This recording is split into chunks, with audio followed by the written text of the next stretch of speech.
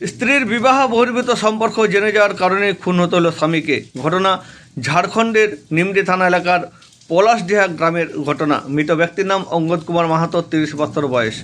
ঘটনা প্রসঙ্গে জানা যায়, গত 30 এপ্রিল বাঘমুন্ডি থানার মুনিবাড়া জঙ্গল থেকে এক যুবকের ক্ষতবিক্ষত মৃতদেহ উদ্ধার করে বাঘমুন্ডি থানার পুলিশ।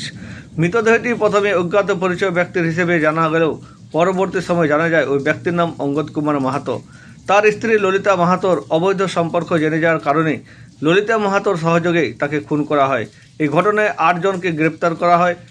ঝাড়খণ্ড থেকে বাঘমুন্ডি থানার পুলিশ তাদের গ্রেপ্তার করে সোমবার দিন পুরুলিয়া জেলা আদালতে তোলে এবং 5 জনকে নিজেদের হেফাজতে নেয়।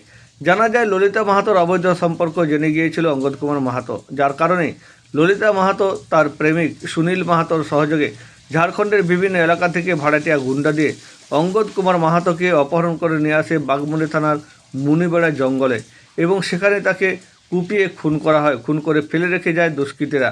বাঘমুন্ডি থানার পুলিশ প্রথমে একটি অজ্ঞাত পরিচয় ব্যক্তির মৃতদেহ উদ্ধার করে জঙ্গল থেকে। প্রাথমিকভাবে অনুমান হয়েছিল কোনো হাতির হামলায় মৃত্যু হয়েছে ওই ব্যক্তির, তবে পরবর্তী সময় তদন্ত করতে গিয়ে উঠে আসে এই লোমহর্ষক রহস্য। বাঘমুন্ডি থানার পুলিশ জানিয়েছেন, ঝাড়খণ্ডের নিমডি থানা এলাকার পলাশডিহা জঙ্গলের বাসিন্দা ওই ব্যক্তিকে খুন করে ফেলে রেখে গিয়েছিল ঝাড়খণ্ড সীমান্তবর্তী এলাকায় বাঘমুন্ডি।